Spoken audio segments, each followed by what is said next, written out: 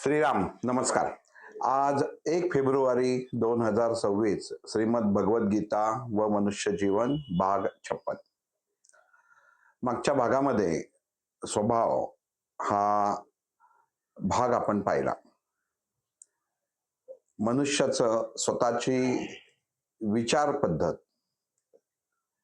स्वतःच्या बाबतीत असलेली मतं किंवा दृष्टिकोन. भगवंताने सांगितलं मनुष्य हा स्वभावाने ओळखणं जाणं गरजेचं आहे. कारण स्वभावामध्ये स्वभाव आणि स्वचा अभाव या दोन्ही गोष्टी येतात. अर्जुनाने कृष्णाला प्रश्न विचारला की हे भगवंता, हे केशवा, भगवंता हे आता गुरु स्वरूपात श्रीकृष्णाला म्हटलेलं आहे आणि केशव हे त्याचा मित्र, नातेवाईक ह्या अनुषंगाने केलेला उल्लेख. भगवद्गीतेमध्ये जिथे जिथे अर्जुन कृष्णाला केशव म्हणतो तेव्हा तो प्रश्न एक मित्र किंवा एक नातेवाईक विचारतो असा आहे. आणि जेव्हा भगवंत म्हणतो तेव्हा तो गुरुतुल्य किंवा गुरुच्या प्रमाणे उपदेश करणारं व्यक्तिमत्व ह्यांना अनुसरून तो प्रश्न असतो. अर्जुनानी भगवंतानी जेव्हा सांगितलं स्वभाव कसा पाहिजे किंवा स्वभाव ओळखायचा कसा हे जेव्हा अर्जुनाला सांगितलं तेव्हा अर्जुनानी कृष्णाला प्रश्न विचारला की एवढ्या वर्ष तू आमच्या बरोबर होतास, पण एवढं बरोबर असताना सुद्धा ह्या ज्या काही सर्व गोष्टी तू सांगितल्यास, मागचा थोडस शेवटचा 2 ओळी रिव्हिजन करतो की इंद्रप्रस्थ हे जे उभं केलेलं होतं त्याच्या मोहापायी किंवा राज्याच्या मोहापायी पांडवांनी जेव्हा वनवास संपवला तेव्हा राहण्यासाठी हा महाल तयार केलेला होता, सर्वोत्कृष्ट महाल. पण श्रीकृष्णाने सांगितलं होतं एवढा मोहत किंवा मोहित असायची गरज काय होती. म्हणजे एखादी व्यक्ती, तुम्ही जर 5 गावावरती एखाद्या गोष्टीची थोडक्यात श्रीकृष्ण जेव्हा बोलण्यासाठी गेले, समेट घडवण्यासाठी गेले, तेव्हा 5 गावाचीच मागणी केली. मग ज्याची भूक फक्त जर एक आंबा असेल तर त्याने आंब्याची पेटी खरेदी करायची गरज काय. तसं झालं ते की आपलं काय गरज आहे ह्याच्यापेक्षा मनुष्य जास्त मागत असतो. तसं कृष्णाने अर्जुनाला सांगितलं मोह तुम्ही उत्पन्न केलात आणि आपण हे इंद्रप्रस्थ हा महाल आणि देह हा सगळा मोहित प्रकार होता.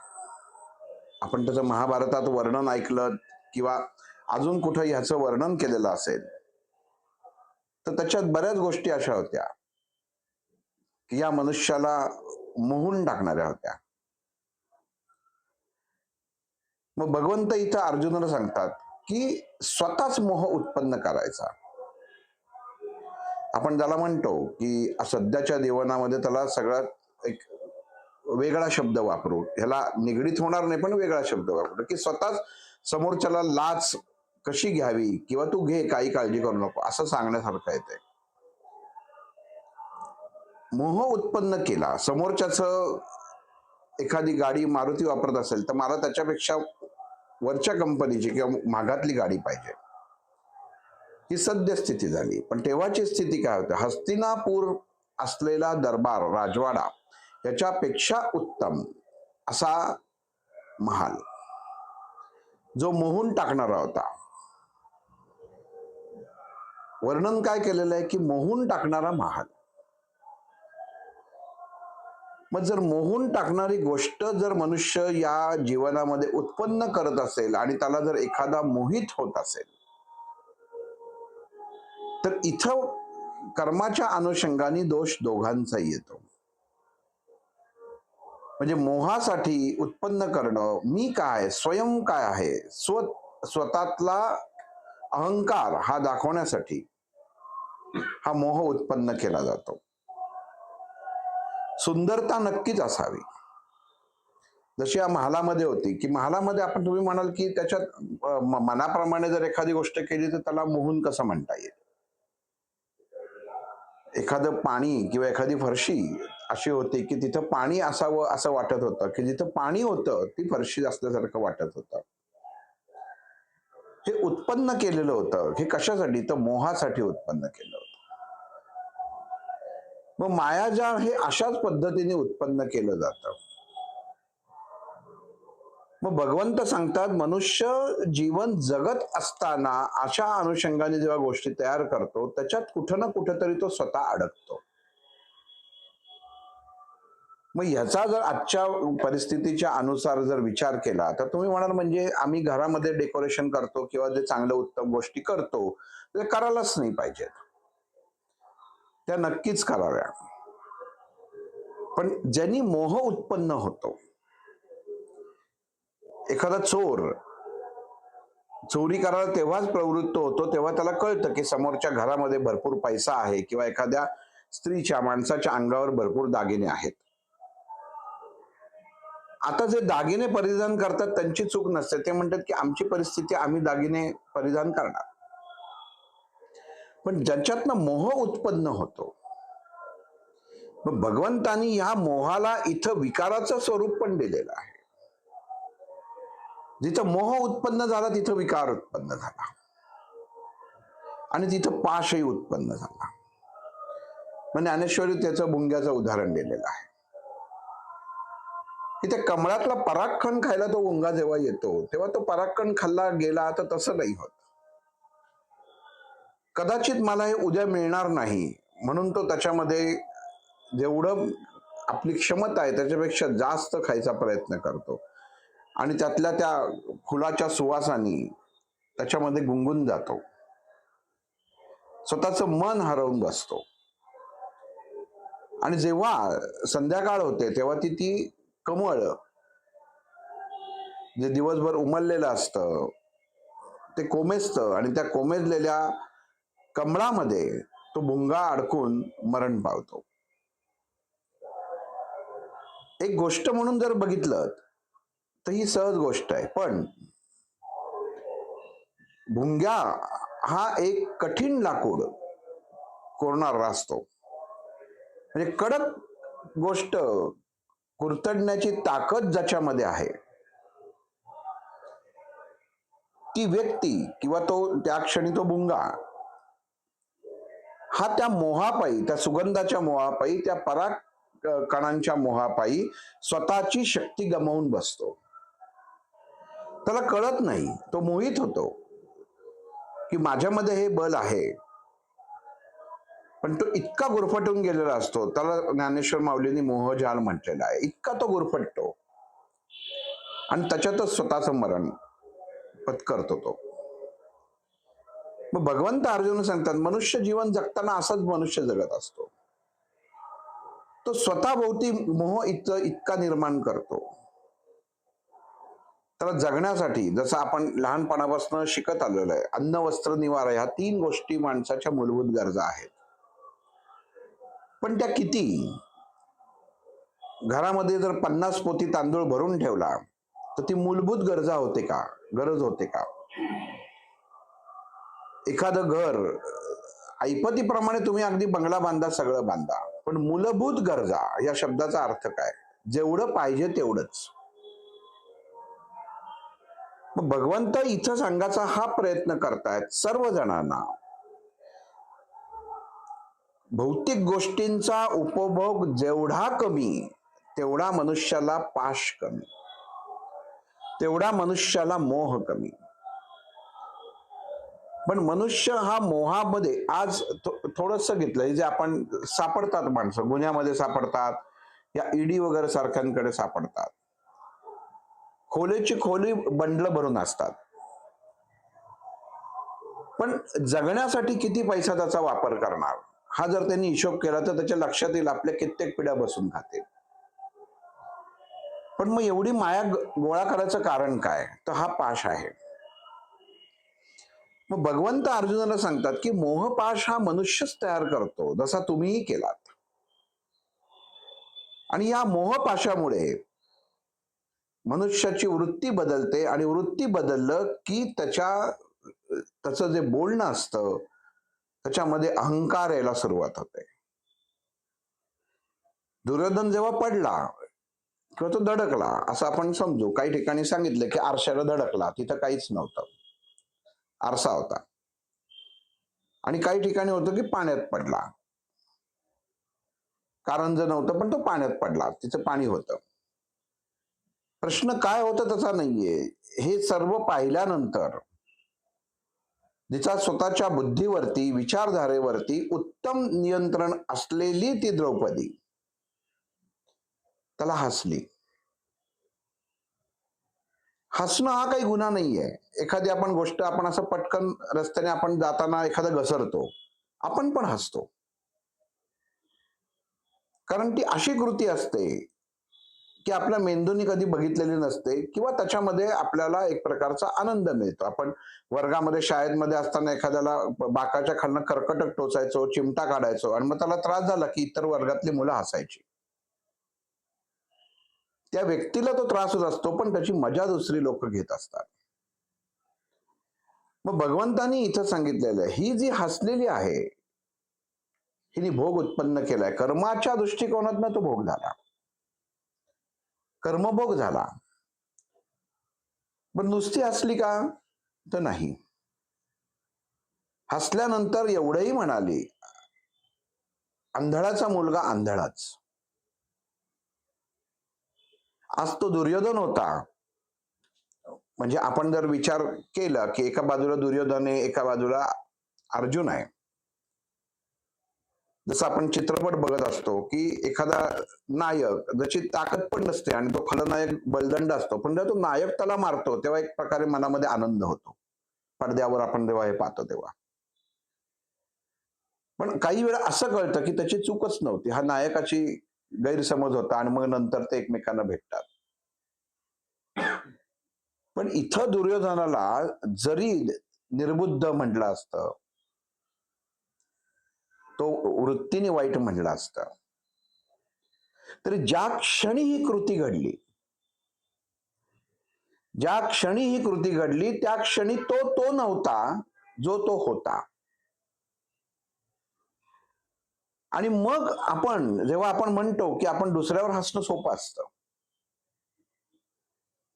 तशी ती द्रौपदी त्याच्यावरती हसली आणि वरती आंधळाचा मुलगा आंधळाच हे म्हणली, याच्यामुळं त्याच्या मनामध्ये क्रोध उत्पन्न झाला. मग क्रोध उत्पन्न व्हायचं कारण काय झालं? तर शब्द झाले, म्हणून शब्दशस्त्र आहे असं म्हणतात. मग इथं भगवंत अर्जुनाला म्हणतात की तुझ्या बरोबर असून, अर्जुनाने प्रश्न केला होता कृष्णाला की तू आमच्या बरोबर होतास, तू आधी मला सांगायला पाहिजे होतास, आम्ही ह्या मार्गाने गेलोच नसतो. आणि तुम्ही जर महाभारत वाचलं किंवा महाभारताचा अभ्यास केला तर असं लक्षात येईल की हा महाल उभारताना किंवा कुठलीही गोष्ट करताना श्रीकृष्णांनी कुठंच असं सांगितलं नाही की तू अमुक करतोयस ते वाईट करतोयस, अमुक करतोयस ते चांगलं करतोयस.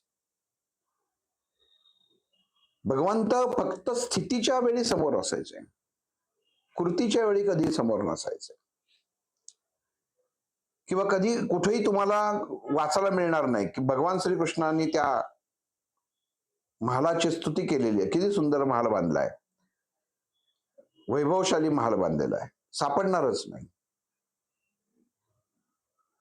कारण भौतिकतेत आणणं किंवा भौतिकतेत अडकणं हे भगवंताचं कामच नाही. ज्या गोष्टींनी षडरिपू हल्ले जातात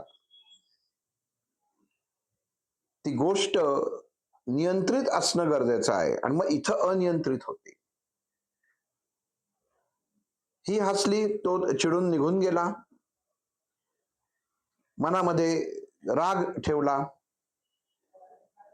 पण एका रागाचं एका आपण जे बोललेलो असतो, डायलॉग म्हणतो आपण, त्या एका डायलॉगचं किती दीर्घ किंवा वाईट स्वरूपात ते प्रगट झालं, युद्धापर्यंत गेलं. तिची स्वतःची बदनामी झाली. राजवाड्यामध्ये जेव्हा वस्त्रहरण झालं, त्याला कारण कोण होतं? कर्म कुठं ना कुठंतरी फळ हे देतच असतं. आपल्याला वाटत असतं की आत्ता कर्म फळ देत नाहीये. इथं भगवंत भगवद्गीतेत सांगतात की बीज रोपण केलं तसं झाड झालं, फळं लागली की मनुष्य त्या जे बीज रोपण केलं असतं त्याला विसरून जातो. तो फक्त त्या फळाचं रस चाखण्यात आणि त्याचा आनंद घेण्यात मशगूल होऊन जातो. पण जे बीज त्यांनी लावलेलं आहे ते तो विसरतो. मग तसं भगवंत सांगतात, अर्जुना, मनुष्य जीवनामध्ये त्याची कर्माची बीज जो ज्याप्रमाणे रोवतो, तो जसं जीवन पुढे जातं तसं कदाचित विसरतो, म्हणून त्याला एखाद्या दुःखाला सामोरं जायला लागतं. एखादी चुकीची घटना, एखादी चुकीची कृती आपल्या हातनं घडली तर आपण काय म्हणतो की जाऊ दे, ते विसरून जातो मनुष्य. लाच घेतलेली व्यक्ती ही लाच घेतल्यानंतर ती विसरून जाते. त्याला मग ती सवय होते, हॅबिच्युअल होतं. आज 100, उद्या 500, 1000, मग लाखात जातं. त्याला कळतं की आता माझं पचतंय. पण हे पचणं सुद्धा एखाद्या उलटीसारखे असतं, अन्न पचनासारखं असतं. जेव्हा जठरामध्ये अग्नी, तोपर्यंत ग्रहण केलं जातं जोपर्यंत ते पचतं. आणि एक स्थिती अशी येते की पुढचा कणही पचत नाही आणि सगळं उलटून पडतं. मग इथं भगवंत अर्जुनाला तेच सांगते, मनुष्य ग्रहण करतो. मनुष्य हा वासनेमध्ये आणि स्वतःच्या स्वभावामध्ये इतका अडकलेला आहे की त्याला मी काय चांगलं करतोय का वाईट करतोय हे कळत नाही, आणि तो या भोगाला जन्म घालतो. तू मला म्हणतोयस मी तुझ्या बरोबर होतो, पण तेव्हा तुम्ही मला सांगितलं नाही. चंदनाचं लाकूड जेव्हा इतर लाकडांबरोबर असतं तेव्हा ते स्वतःचं अस्तित्व मी चंदन आहे म्हणून देत नाही. जेव्हा ते लाकूड त्या चंदनाच्या जवळ येतं किंवा ते घासलं जातं तेव्हा तात्पुरतं का होईना त्या साध्या लाकडाला सुद्धा चंदनाचा सुवास निर्माण होतो. त्याचं अस्तित्व वेगळं असतं. आपण कुठेतरी बाहेर जातो, एखादा ज्ञानी मनुष्य त्याच्यामध्ये आपल्या समूहामध्ये असतो, तो स्वतः सांगत नाही मी ज्ञानी आहे. त्याची कृती, त्याचं बोलणं, त्याचं अस्तित्व हे सांगतं की हा ज्ञानी आहे. मग इथं श्रीकृष्ण अर्जुन सांगतो, मी प्रत्येक वेळी तुला सांगत होतो, पण मनुष्य हा जेव्हा स्वतःमध्येच मशगूल असतो तेव्हा त्याला बाजूचं दिसत नाही. त्याला भगवंत म्हणतात की झापड चेहऱ्यावरती किंवा डोळ्यावरती लावून घेणं. मग एकदा झापड जर तुम्ही लावून घेतली तर चुकीच्या गोष्टी ह्या पटापट डोकं वर काढतात. धर्माच्या साठी युद्ध कर, धर्मासाठी तुला लढायचं आहे. हे जर श्रीकृष्ण पहिल्यापासनं अर्जुनाला सांगतो आहे, तर तेव्हा हा श्रीकृष्ण काय आहे, हे मला काय वेगळं सांगतो आहे, हे या स्थित प्रज्ञ अर्जुनाला तेव्हा कळणं गरजेचं होतं. पण त्यांनी तसं केलं नाही किंवा दाखवलं नाही. जे तो कृष्णाला म्हणतोय की तू माझ्या बरोबर आहेस. आपण पहिल्यांदाच म्हटलं की अर्जुन हा इतका बुद्धिमान होता की समाजासाठी तो लोकांना कळावं म्हणून हा कृष्णाला प्रश्न विचारत होता. उत्तम जो मुलाखत घेणारा असतो त्याचं ज्ञान तेवढंच लागतं, जो मुलाखत देणारा असतो ना तेवढं त्याचं असतं. थोडीच तोड पाहिजे. तसा हा अर्जुन होता. पण इथं जो तो भगवंताला म्हणतो की तू एवढ्या वर्ष आमच्या बरोबर होतास, याचा अर्थ काय, तर आपल्याही जीवनामध्ये आपण कायम म्हणत असतो मी देवाचं करतोय, महाराज माझ्या बरोबर आहेत, किंवा मी स्वामींचं करतो, महाराज अजून कोणाचं करत असतो, दत्तात्रयांचं करतो. आपण असं मानत असतो की हे आपल्या बरोबर आहेत, तरी माझ्या जीवनामध्ये अडचणी आणि प्रॉब्लेम्स का आहेत?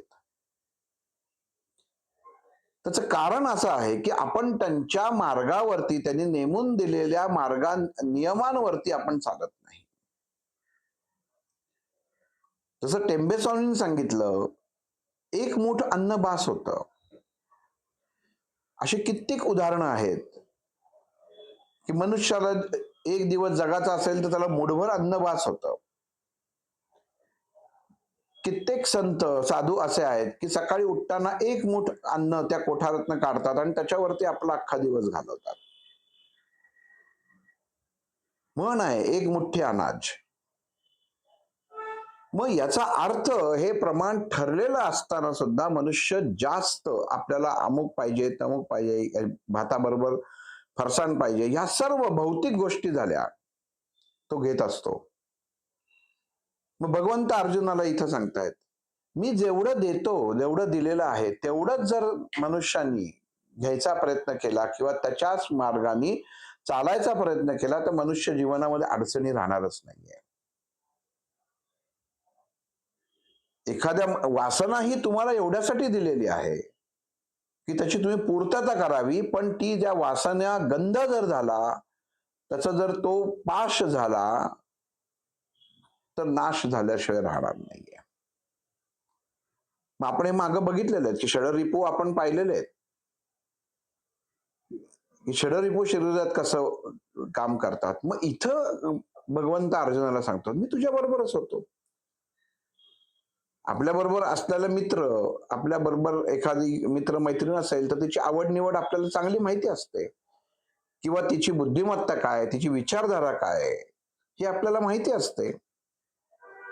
मग इथं अर्जुन ज्या तऱ्हेने कृष्णाला प्रश्न विचारतोय की तुम्हाला अजून जास्त ज्ञान द्यायला पाहिजे, तेव्हाच माझी चूक तुम्हाला सांगायला पाहिजे होती. पण इथं भगवंत सांगतात की आपण संगत असून सुद्धा जर तुझ्या लक्षात येत नसेल तर त्या संगतीचा परिणाम एकतर व्यवस्थित झालेला नाहीये किंवा चुकीचा झालेला आहे. म्हणजे संगत असून सुद्धा उपयोग नाही. म्हणजे आपण अध्यात्म मार्गामध्ये जाताना किंवा अध्यात्म मार्गावर चालताना ज्याची संगत आपण करत असतो, तो जर आपल्याला माहीतच नसेल, एखादा म्हणत असेल हेच खूप मोठेत बरं का, मोठेत, आणि ते शेजारचा म्हणतो किंवा मित्र म्हणतो म्हणून आपण त्याच्या पाठीमागे जर गेलो तर याला महामूर्खाचं लक्षण म्हटलेलं आहे. अनुभव काय, अनुभूती काय? मग भगवंत अर्जुन सांगतात की अर्जुना, ही अनुभूती ही खूप महत्वाची आहे.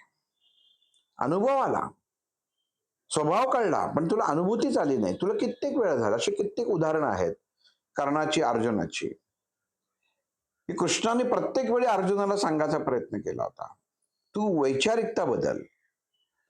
तू बदल सांगितलेलं नव्हतं, विचारधारा बदल.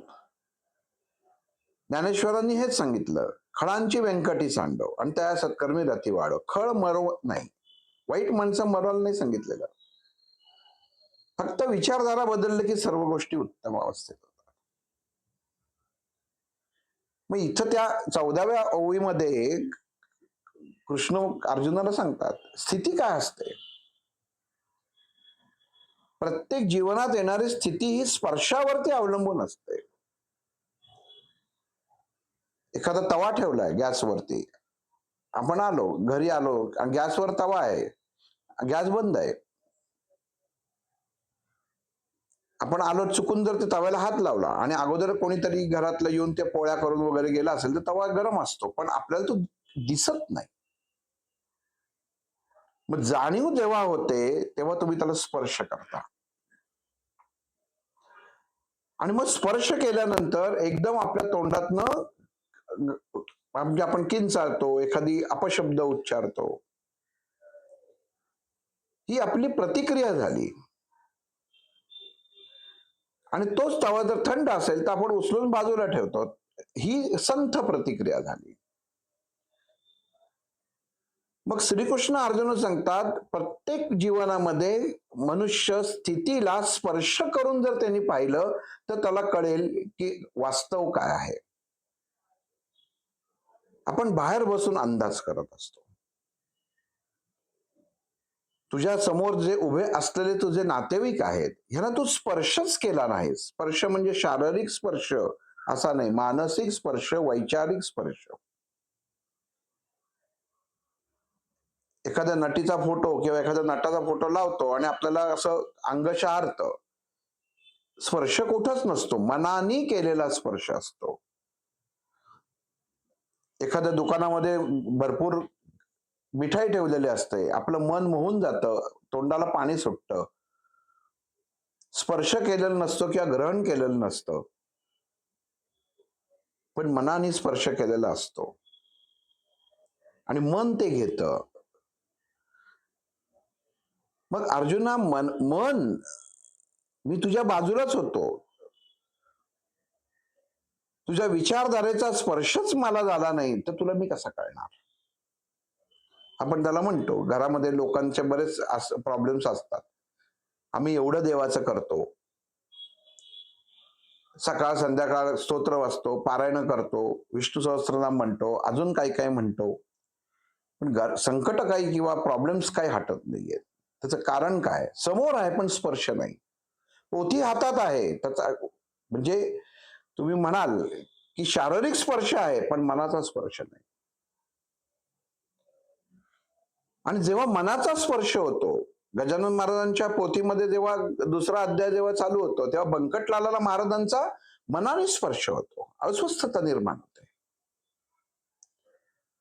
कधी एकदा महाराज दिसतायत, वडिलांना सांगतो, सावकाराचा मुलगा पण एवढा आज असा उदास का, तर सांगतो असं असं आहे.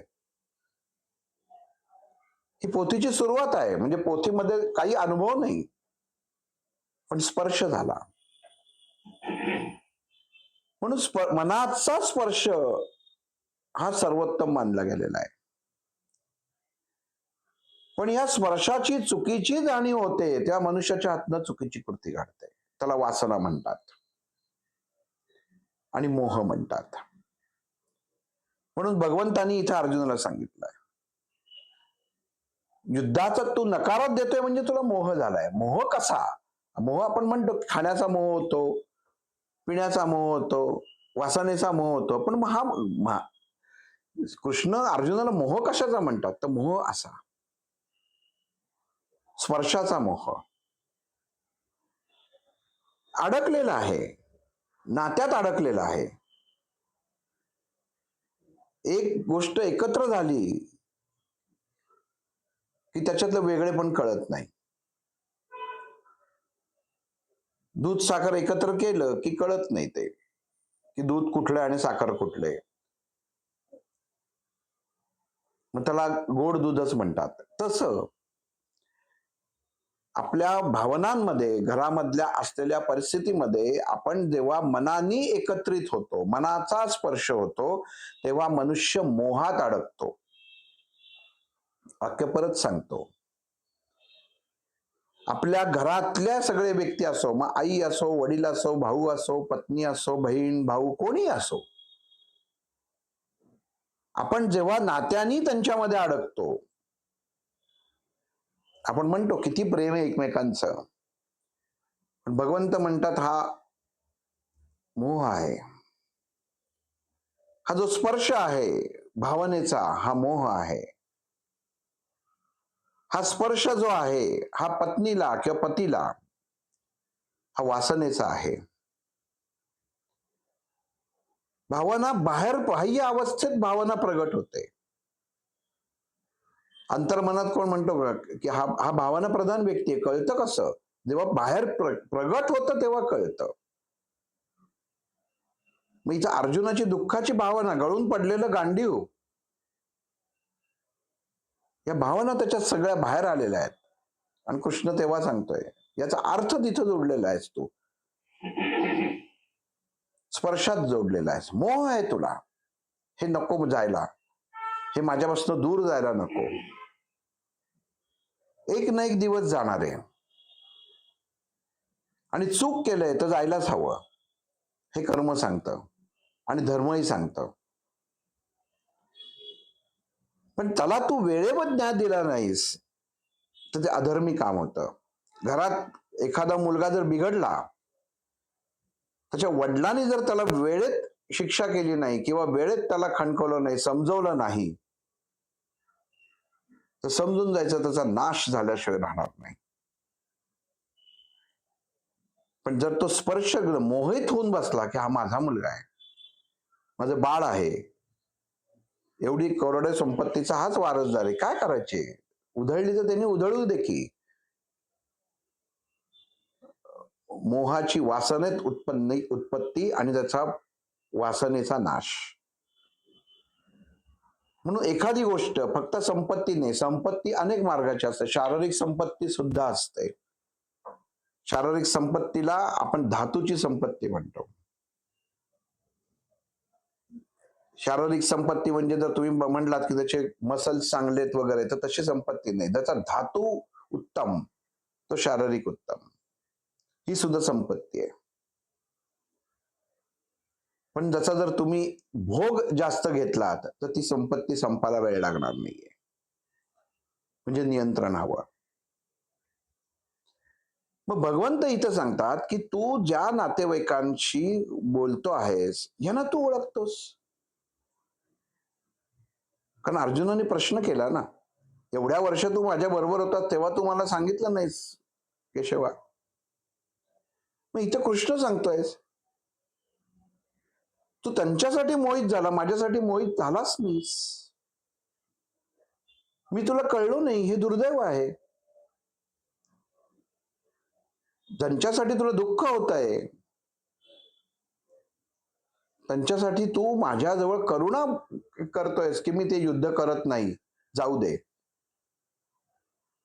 पण मी तुझ्याजवळ होतो, वास्तविक मी तुला समजायला पाहिजे होतं, तुला मी समजायला पाहिजे होतो, ते तू समजून न घेता तू माझ्यावर आरोप करतोयस, दुःख नाही करतोयस. तू सांगितलं नाहीस असं मला म्हणतोयस. म्हणजे बरोबर आहे पण कळलं नाही, याचा अर्थ तुझ्या अभ्यासात कुठेतरी चूक झाली. आणि कृष्णासारखं व्यक्तिमत्व ज्याच्या घरात येतं, वागतं, हे अर्जुनाला कळू नये, हे दुर्दैव आहे.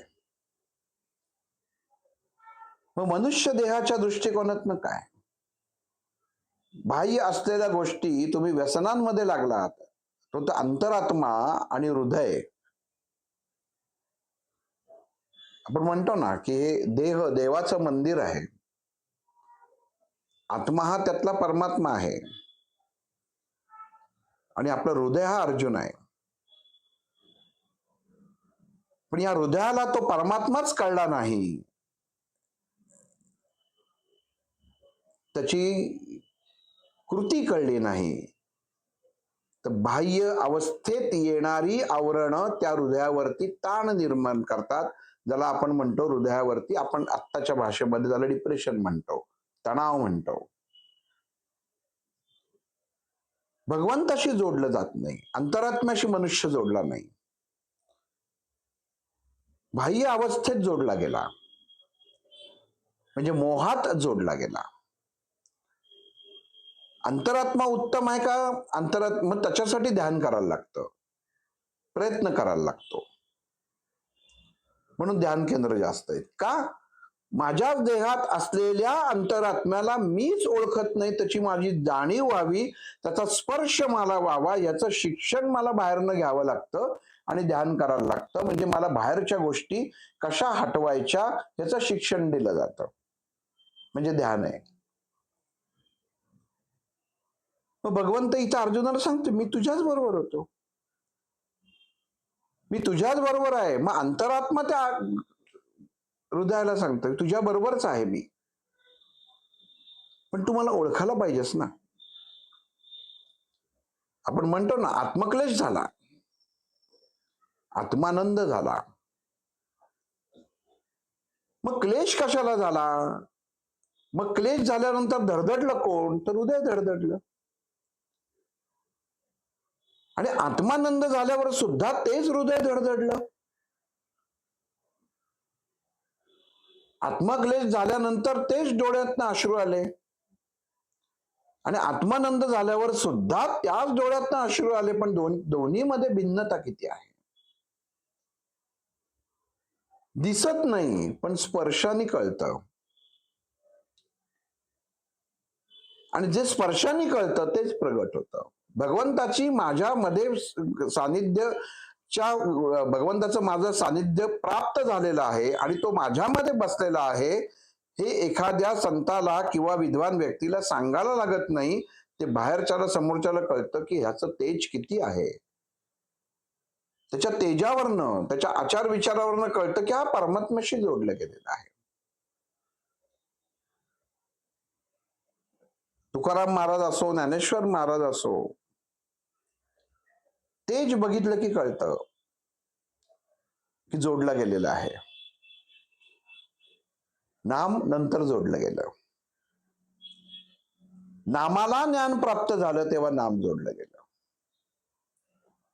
म्हणून आपलं नाव जे आहे, आपण म्हणतो ना की माझं नाव व्हायला पाहिजे, माझं नाव झालं पाहिजे, त्याच्यासाठी आधी ज्ञानाची प्राप्ती हवी.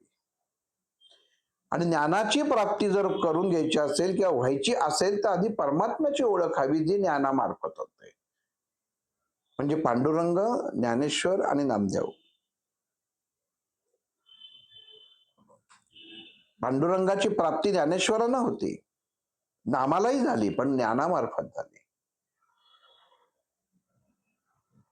मग आपण हे जीवनात कळलं पाहिजे की जसं अर्जुनाला कृष्ण बरोबर असून कळला नाही याचा अर्थ काय, की मी माझ्या बरोबर असलेल्या गोष्टीचं एक महत्व काय आहे हेच कळलं नाही. बघाचा दृष्टिकोन पाहिलंच नाही. घरामध्ये एखादा पोलीस ऑफिसर असतो, बाहेर त्याला अगदी सॅल्यूट वगैरे सगळे घाबरत असतात, सगळ्या गोष्टी करत असतात. पण घरात आल्यानंतर त्याचीच मुलं त्याच्या पाठीवर बसतात, इकडे बसतात, कुठेही बसतात. बायको नवऱ्याचं परत जसा नवऱ्याशी वागायला पाहिजे तसं बायको वापरायला सुरुवात करते. ऑफिसर असतो कुठं, ऑफिसमध्ये, मुख्यालयात, जसा ड्रेस काढला किंमत शून्य. किंमत शून्य होत नाही, पण ते दृश्यमान होत नाही. वाक्य नीट लक्षात घ्या.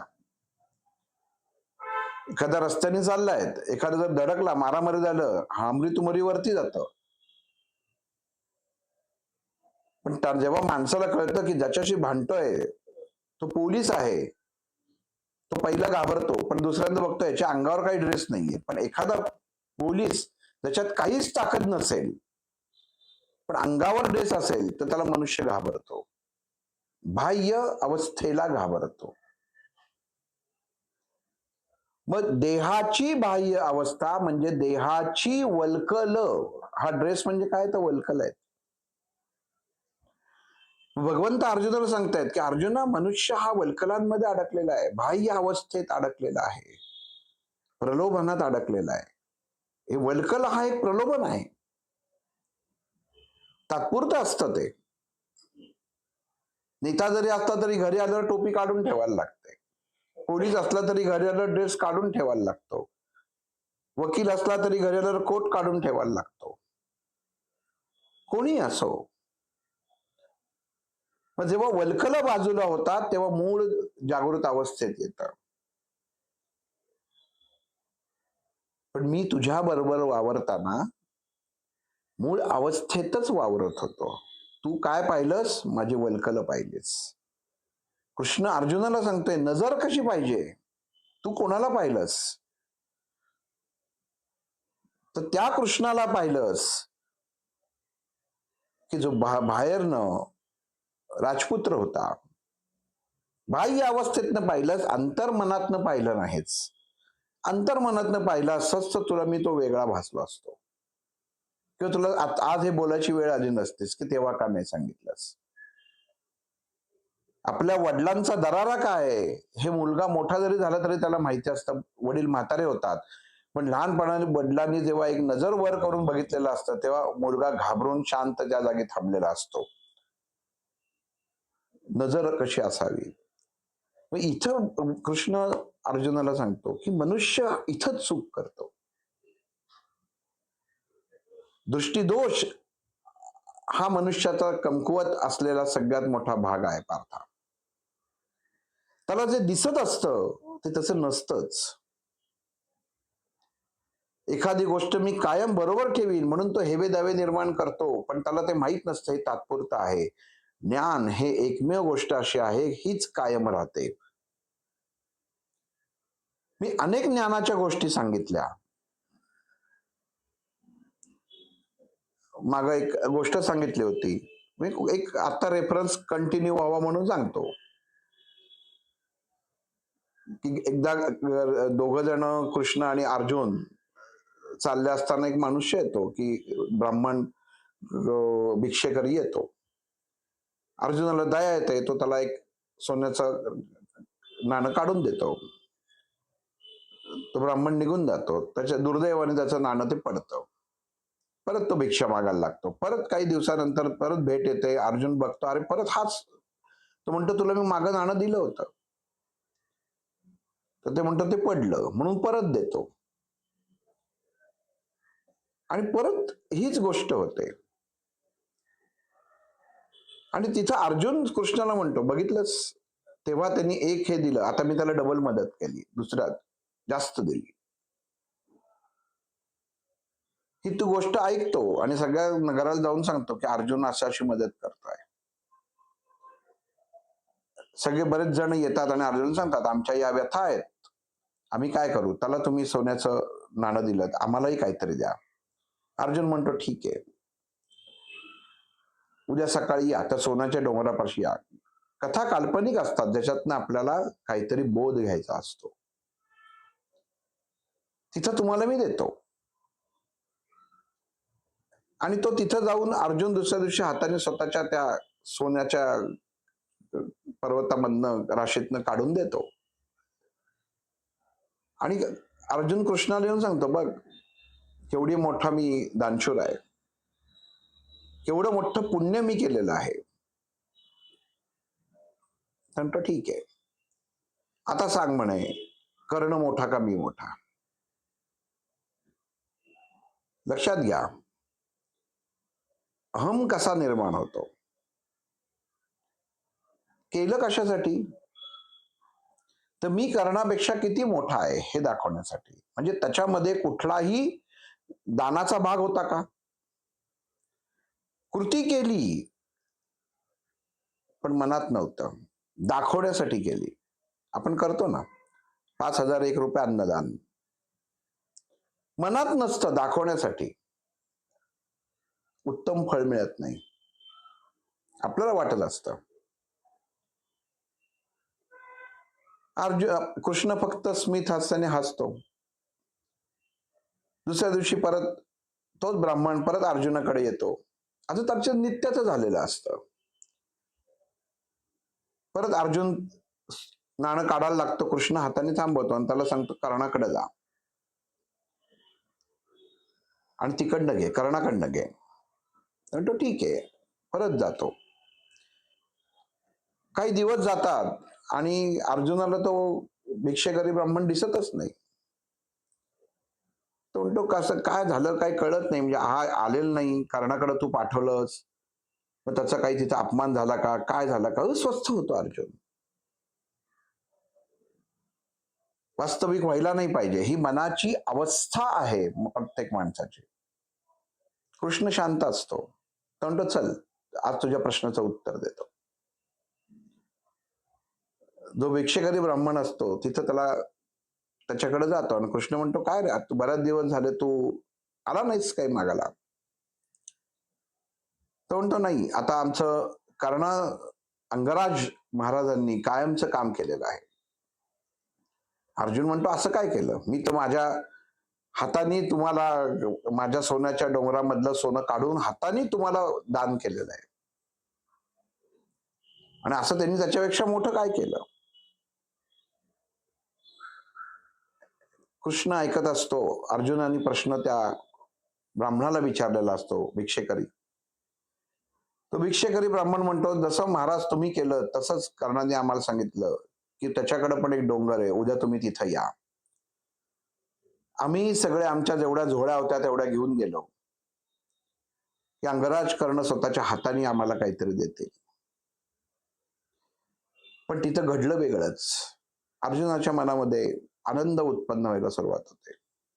त्याला असं वाटतं की मी दान दिलं म्हणजे कदाचित तिथं कर्णाने नकार दिला असेल किंवा काही वेगळं झालं असेल. आणि तो कृष्णाकडे बघतो, कृष्ण सुद्धा अर्जुनाकडे बघतो, पण कृष्ण त्याला सांगतो जरा थांब, अजून गोष्ट संपलेली नाही. आणि तो माणूस सांगतो, आम्ही तिथं गेलो आणि अंगराजाने सांगितलं की जसं तुम्ही सांगितलं की रांग लावून उभे राहा, तसं आम्ही रांग कुठनं लावावी असं अंगराजानं विचारलं. तर त्यांनी सांगितलं इथले पहारेकरी काढून टाका, हा डोंगर आजपासून गावकऱ्यांचा. आणि तिथनं ते निघून गेले. कृष्ण अर्जुनाकडे बघतो, अर्जुनाचा चेहरा थोडासा खजील झाल्यासारखा दिसतो. अर्जुन कृष्णाला विचारतो, त्याच्यात काय, मी ते तेवढंच सोनं मी पण दिलं त्यांना, तेवढी पाहिजे होती, प्रत्येकाला जेवढं पाहिजे होतं तेवढं मी त्यांना दिलेलं आहे. पण इथं यांनी काय केलं, हा उलट आळशी आहे, यांनी ते तसंच देऊन टाकलं, ह्याला काही करायचंच नको होतं. मग कृष्ण अर्जुन म्हणतो, तू पार्थ चुकतोयस. तू तुझ्या स्वार्थासाठी दाखवण्यासाठी ही कृती केलीस. तीच कृती त्यांनी सहजतेने केली. समोरच्याची भूक किती हे त्यांनी मापलं नाही. समोरच्याला जेवढी भूक आहे तेवढं त्यांनी खावं म्हणून त्यांनी ते सर्व मोकळं केलं आणि तो पर्वत गावकऱ्यांच्या हवाली केला.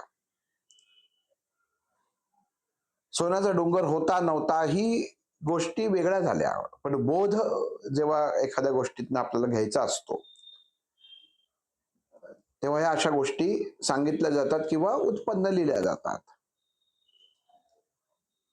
पण अर्थाचा म्हणजे या गोष्टीचा बोध काय झाला की ज्याला दान द्यावं, ज्याला आपलंसं करावं, त्याला त्याची निवड करावी, आपण ती निवड करू नये. आपण जेव्हा ठरवतो दुसऱ्याच्या बाबतीमध्ये तेव्हा ती गोष्ट चुकीची होते, कारण ती आपण आपल्याला मनापासून द्यायची नसते. तू दान नक्कीच दिलंस, त्यांचं घरही उभारलं, पण ते स्वतःसाठी दिलं.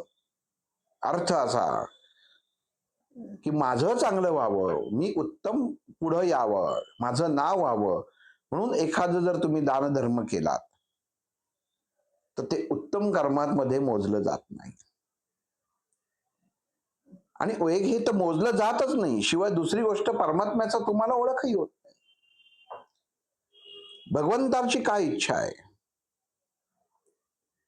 आपण म्हणतो की घेतोय श्वास मी, रात्री कुठला श्वास घेतो, रात्री बंद करून ठेवतो का, रात्री कसा चालू असतो, आपण इथे शांत झोपलेलो असतो पण श्वास चालू असतो. चालवणाऱ्याचं अस्तित्व जर आपण मान्य केलं आणि त्याला जर शिवलो, अंतरात्म्याला जर शिवलो, तर जीवनातल्या अडचणी कमी होणार आहेत. मग शांत झोप लागणार आहे, झोपेची गोळी लागणार नाही. पण त्या अंतरात्म्याला जर तुमची ओळखच नाही झाली आणि तुम्हाला अंतरात्म्याची जर ओळख नाही झाली तर जीवनामध्ये तफावत किंवा तणाव राहिल्याशिवाय राहणार नाही. दुर्योधन हा निर्बुद्धच होता, वेडा होता.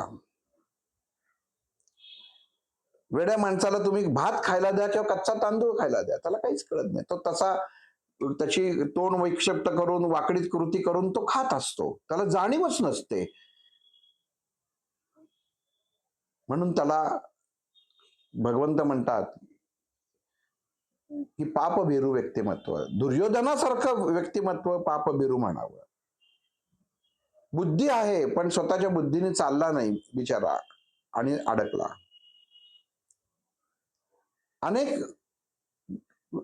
ऋषी, द्रोणाचार्यांसारखे गुरु, भीष्माचार्यांसारखे तात, कृपाचार्यांसारखे गुरुजन बाजूला असून ज्ञानाची प्राप्ती, स्पर्शाची प्राप्ती झाली नाही. समोर होतं पण स्पर्श कळला नाही, म्हणून त्याला निर्बुद्ध म्हटलंय. पण इथं भगवान तर दुर्योधनाला नाव ठेवत नाहीये, अर्जुनाला नाव ठेवतायत. त्याला जाणीवच नाहीये. जर जाणीव नाहीये त्याच्याकडनं तुम्ही अपेक्षा काय करणार? तुला जाणीव आहे तरी तुझ्या हातनं कृती अशी होतीये. कर्माचा सिद्धांत बघा कसा असतो. जी व्यक्ती वेडी असते तिच्या हातनं जर कृती झाली तर तो गुन्हा धरत नाहीत, कारण ती वेडीच असते, तिला कळतच नसतं मी काय करतोय. पण जी व्यवस्थित असते, वैचारिकता उत्तम असते, तिच्या हातनं जर एखादा गुन्हा घडला तर त्याला शिक्षा होते. कर्म दोघांनी केले पण एकाला जाणीवच नाहीये पण गुन्हा झाला, आणि एकाला जाणीव आहे आणि जाणीवपूर्वक झाला. म्हणून भगवंत सांगतात अडाणी मनुष्य हा हुशार मनुष्यापेक्षा चांगला असतो. म्हणून मागे सांगितलं की राजवाड्यामध्ये कितीही दुर्बुद्धी, सगळी दुर्बुद्ध असलेली माणसं होती पण विदुर एकच बुद्धिमान होता. चुकलंय कुठं, कारण अडाण्यांना माहिती असतं, त्यांना खात्रीच नसते आपण केलेलं योग्य आहे का अयोग्य आहे. त्यांना प्रमाण द्यायला कोणतरी बरोबर लागतो. म्हणून स्वत्वाची ओळख लागते, म्हणून स्पर्शाची ओळख लागते. आईबापांचा स्पर्श मुलांना कळतो, मुलाचा स्पर्श आईबापांना कळतो. स्पर्श कळतं, बोलतं कोणतं स्पर्श बोलतो. मुलगा फॉरेनला असला, आई इकडे असेल तरी मुलाला काही झालं तरी आईला कळतं. कसं कळतं? अंतरात्म्याचा स्पर्श आहे. मग इथं भगवंत अर्जुनाला म्हणतात मी तर तुझ्या बाजूलाच होतो तरी तू माझा स्पर्श ओळखला नाहीस, ही तुझी चुकी आहे. कारण तुझ्या चेहऱ्यावरती सर्व प्राप्तीचा आनंद होता. भगवंत सांगतायत भगवंताची प्राप्ती होऊन सुद्धा मनुष्य जर अवैचारिक तर्मन वागत असेल, त्याची जर बुद्धी काम करत नसेल तर दुर्दैवच आहे ना. कृष्ण बरोबर आहे, कळायला पाहिजे होता, तो कळला नाही. आणि भगवंताला काय पाहिजे हे जरा कळत नाही. याचा अर्थ काय? माऊली सांगतात तसं, जवळ असे परी दिसेना. जवळ आहे पण दिसत नाही, जवळ आहे खिशात आहे पण जाणीव नाही, कारण घर्षण नाही. काळेपेटी खिशात आहे पण आग्नेय की नाही माहित नाही, घर्षणच होत नाही. मग भगवंत जवळ होता अर्जुनाच्या, मी तर तुमच्या घरातच होतो. मी तुमच्या घरात असताना सुद्धा तुमची विचारबुद्धी अशी, म्हणजे एखाद्या मंदिरामध्ये एखाद्याने जावं आणि मोबाईलवरती चुकीचे चित्रपट किंवा त्याचे व्हिडिओ बघत बसावं सारखं झालं ते वाईट. म्हणजे आपण एखाद्या ठिकाणी आध्यात्मिक दृष्ट्या जमत असतो, इथं जात असतो, त्या मंदिरात प्रार्थना चालू असते, पण तिथल्या वातावरणात असून आपण वेगळं राहतो, म्हणजे तुम्ही वेगळे आहात. तुम्ही भगवंताच्या कृपेची अपेक्षा करू नका. तुमची ओळखच नाही, नजरच नाही, स्पर्शच नाही, कारण तुम्ही वासनेत अडकलेला आहात. आणि वासना फक्त इंद्रियांशी निगडीत नसते, विचारांशी निगडीत पण असते. कळायला पाहिजे आपण कुठं आलोय, काय आहे, वातावरण काय आहे. एखाद्या अंत्यसंस्काराला गेला मनुष्य तिथे जर चित्रपटातली गाणी जर वाजवायला लागला तर लोक मारल्याशिवाय राहणार नाहीत, नाहीतर तुम्हाला वेडं म्हटल्याशिवाय राहणार नाहीत. आणि एखाद्या मंदिरामध्ये जर तुम्ही मृत्यूचे श्लोक म्हणायला लागला तरी लोक मारणं तुम्हाला कमी करणार नाहीत. बोंबा मारायला लागला जर मंदिरात जाऊन, अर्थ काय? काळ वेळ ही मनुष्याला ओळखता यायला पाहिजे. नुसता भगवंत असून उपयोग नाहीये. त्याची अवस्था, त्याचं आपल्या बरोबर असलेलं अस्तित्व जर मनुष्याला कळलं तर भगवंताची आणि आपली ओळख आहे. आचरण म्हणून हवं. आचरण कसं असावं? गुरुचं सारखं आचरण असणं म्हणजे काय? तर गुरुला आपण स्पर्श करावा. त्या भगवंताची भगवद्गीता नुसती कोर्टात नाही, घरात नाही ठेवायला पाहिजे. त्याचं जर आचरण झालं नाही तर भगवंत प्राप्तीच नाही. आणि इथं तर भगवंत साक्षात पांडवांच्या जवळ होते, तरी प्राप्ती नाही. प्राप्ती फक्त विदुराला होती. का होती? का भगवंत विदुराच्या घरी जाऊन जेवायचे? कारण मनच कशात नव्हतं. त्यांचं मन फक्त भगवंतात होतं. कौरवांचं राज्य असो नाही तर पांडवांचं राज्य असो, कशाची अपेक्षा केली नाही विदुरांनी. कुठलं मंत्रीपद किंवा कुठलं पद दिलं नाही. विदुर विदुरच होता. कोणीही असो, सल्ला द्यायचा तो, पण त्याची किंमतच केली जायची नाही. आणि हेच भगवंतांनी सांगितलं. बुद्धिमानाची किंमत नसतेच. अडाण्यांचाच बाजार असतो, बुद्धिवंतांचा बाजारच नसतो. बुद्धिवंत एकच असतो. मग तुम्ही जे आहात हे सगळे अडाणी आहात. तू जे मला म्हणतोयस ना, ते अधिकाने सांगितलंस. अडाण्यांना काय सांगायचं? दृष्टी असून जर दृष्टी तुम्हाला जर दिसत नसेल तर तो आंधळाच झाला. धृतराष्ट्र तर आंधळाच आहे. पण जी गोष्ट आंधळी आहे तरी त्याला जाणून घ्यायची उत्सुकता आहे. दुःख कोणी भोगलं? धृतराष्ट्राने दुःख भोगलंच, पण त्याच्याबरोबर संजयाला सुद्धा कारण नसताना दुःख भोगायला लागलं. कारण पाहायचं आलं, जीवनामध्ये एखादी गोष्ट पाहिली की त्याचं दुःख हे तुमच्यापाशी पोचतच, भावना पोचतातच. मग जसं धृतराष्ट्र होता, आंधळा होता, शकुनी कपटी होता, पण जेव्हा दरबारात गेला तेव्हा त्याला कळलं, हा कृष्ण आहे, हा मायावी आहे, हा काहीही करू शकतो. माझा भाचा बोलून चुकलाय, तू कोणाला बोलतोयस, मूर्ख आहेस, हा वासुदेव आहे. धृतराष्ट्राला कळलं की हा कोणाला बोलतोय, हा वासुदेव आहे, अंध नाहीये. स्पर्शाने बघितलं, अंतरात्मातल्या स्पर्शाने त्या भगवंताला धृतराष्ट्राने बघितलं. विरुद्ध होते, अधर्मी होते, पण भगवंत पहिले कळले. आणि अर्जुन, मी तुमच्या जवळ होतो, तुमच्याच तंबूत कायम राहायचो, पण तुम्ही मला ओळखलं नाही. जेव्हा बोलवणी करायला, म्हणजे त्याचा तह करायला पाठवलं, तर तेव्हाच कळलं असतं की हा भगवंत आहे, जो मित्र नाही हा भगवंत आहे. जर तेव्हा कळलं असतं तर पाठवलं असतं का? हिंमतच झाली नसती. आपण आपल्या गुरुला आदेश करू शकत नाही. पण तेव्हा ज्ञातच नव्हतं.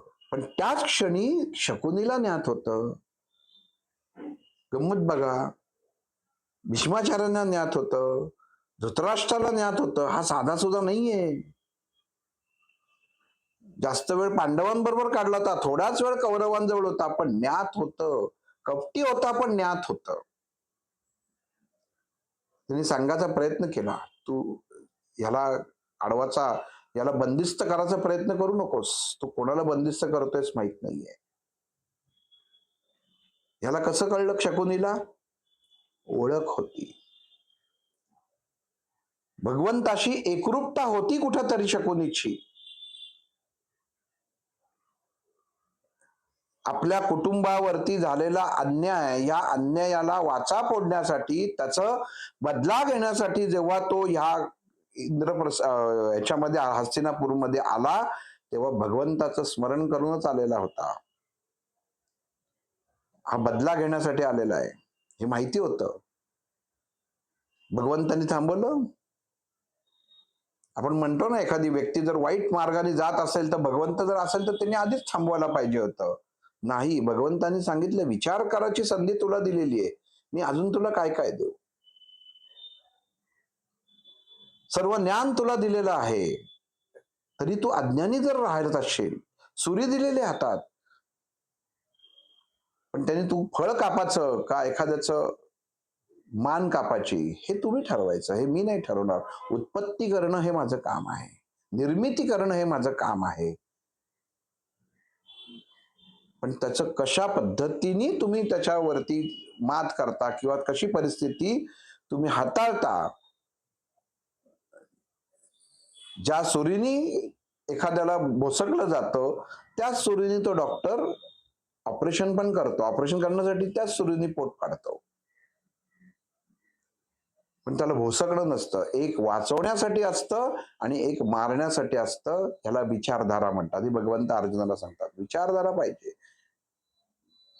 भगवंत कळतच नसेल तर काय होणार?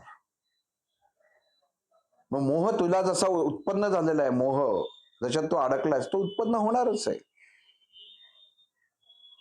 मी बरोबर असताना तुला विश्वास नाही. आज तू मला प्रश्न विचारतोयस, मी तुला उत्तर देतोय, पण तुझे प्रश्न चालूच आहेत. दोन्ही बाजू द्वंद्व आहे. दोन गोष्टी आहेत त्याच्यात, दोन भूमिका पार पडतायत दोघ जण. भगवंत हेही समाजाला सांगायचा प्रयत्न करतोय. मी सांगतोय ते प्रमाण जर तुम्ही मानत असाल तर तुम्हाला प्रश्न पडलेच नाही पाहिजे. हे एक झालं. आणि ज्याला सर्व ज्ञान आहे त्या अर्जुन सर्वसामान्य लोकांना पडणारे प्रश्न अज्ञानी म्हणून कृष्णाला विचारतोय आणि तिथं अज्ञानी म्हणून स्वतःला उपस्थित करतोय. हा दुसरा भाग झाला. म्हणजे दोघांनी वठवलेलं उत्तम नाटक असतं. पण मग अर्जुनाने जो प्रश्न विचारला की तू आमच्या बरोबर असून तू आम्हाला काय तेव्हा सांगितलं नाही, अर्थ असा की आपल्या जीवनामध्ये सुद्धा भगवंत क्षणोक्षणी आपल्या बरोबर असतो. आपली नजर ओळखायची नसते, आपण ओळखत नाही माझ्या बरोबर भगवंत आहे. कारण का तर वासने चुकीच्या घटनांमुळे, चुकीच्या कृतींमुळे आपल्या डोळ्यावरती पट्टी बांधली गेलेली असते आणि आपण आपल्या बरोबर असलेल्या भगवंताला घाबरत असतो. आपण तिथंच भीतो की मी करतोय खरं, कोणी बघत नाहीये, पण माझ्या अंतरातनं बसलेला भगवंत बघतोय. त्या माणसाला, त्या चोराला माहिती असतं की मी चुकीचं वागलेलो आहे, कारण ह्याचा कर्माचा त्याच्यावरती फळ हे आपल्याला मिळाल्याशिवाय राहत नाही. म्हणून इथं अर्जुन सर्वसामान्याच्या दृष्टिकोनात जो प्रश्न विचारतो तो असा सांगतोय की प्रत्येक मनुष्याच्या बरोबर भगवंत आहे. भगवंत म्हणजे काय तर मनुष्याची असलेली विचारधारा. मग उत्तम विचारधारा, षडरिपूंवरती नियंत्रण, भगवंताचं असलेलं अस्तित्व, माझ्यातला स्वत्व, माझ्यातलं चैतन्य ह्याची ओळखच असणं गरजेचं आहे. मी करतोय हे जेव्हा मी जेव्हा जाईल ना तेव्हा तो येईल. दत्ताच्या आरतीत काय सांगितलंय, मी तूपणाची झाली बोळवण, तेव्हा दत्त. तीन अवस्था आहेत, उत्पत्ती स्थिती लय. या तीन अवस्था कधी येतात, जेव्हा मी आणि तू याची बोळवण होते तेव्हा. मग इथं भगवंत अर्जुनाला तेच सांगताय, तू मला ओळखणं गरजेचं आहे, अस्तित्व ओळखणं गरजेचं आहे. मी बरोबर आहे पण कळलंच नाही. मनुष्य आयुष्यभर नवरा बायको संसार करत असतात, पण शेवटपर्यंत त्यांना त्याच्यामध्ये प्रेमाचा धराही नसतो किंवा काहीच नसतं. एवढ्या वर्ष संसार केला पण कळलंच नाही. एवढ्या वर्ष मी या अमुक व्यक्तींबरोबर होतो, कळलंच नाही. एवढे विद्वान होते.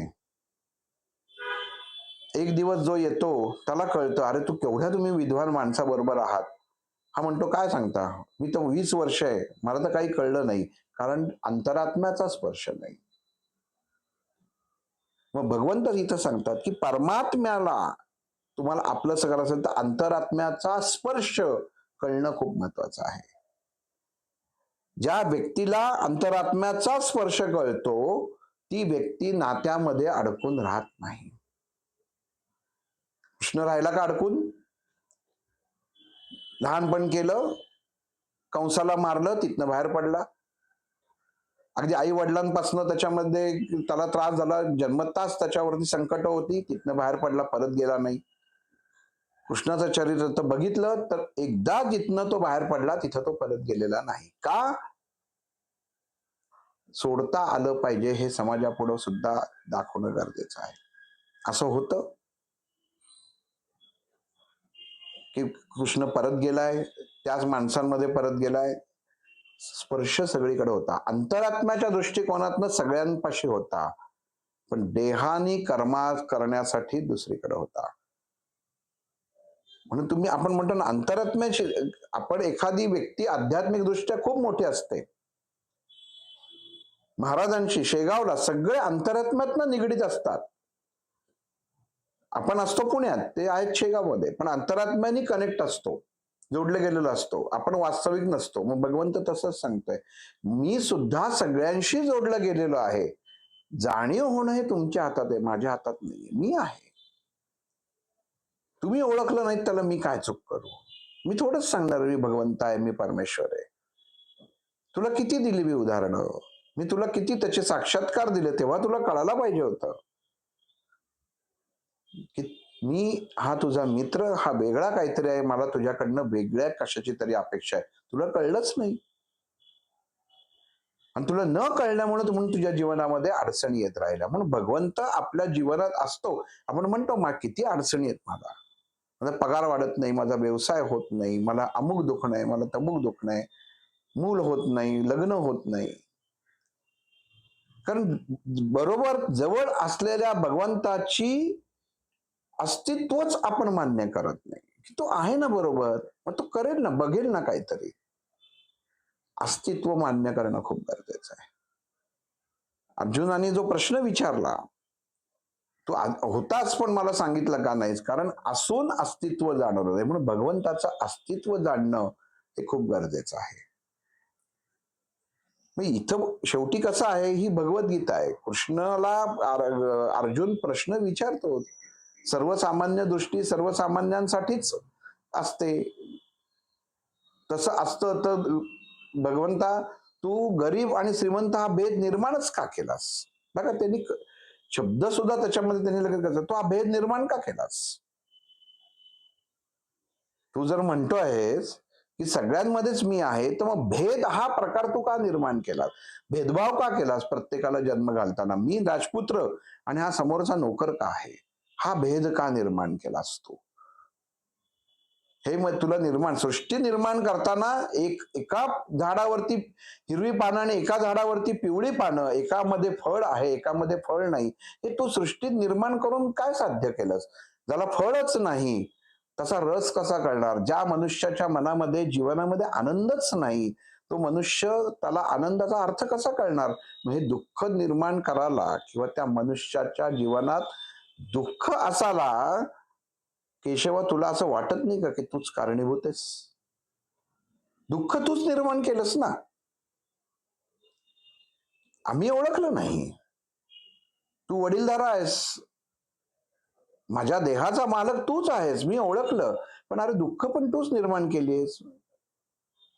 मग ती जाणीव तरी तू आम्हाला करून द्यायचीस की इथं तुझं दुःख निर्माण होणार आहे. मग घरामधली वडीलधारी माणसं जाणीव का नाही करून देत दुःखाची? मग तू करून दिलीस का? या जगतामध्ये सर्व गोष्टी फलद्रूप आहेत का?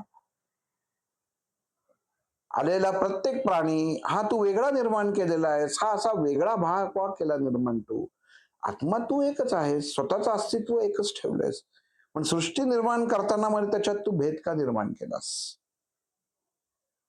हे पुढं आपल्याला जेव्हा भगवंत हा विश्वरूप दर्शन करतो, विश्वरूप दर्शन दाखवेल, तेव्हा तो भाग येईलच, तेव्हा कळेलच.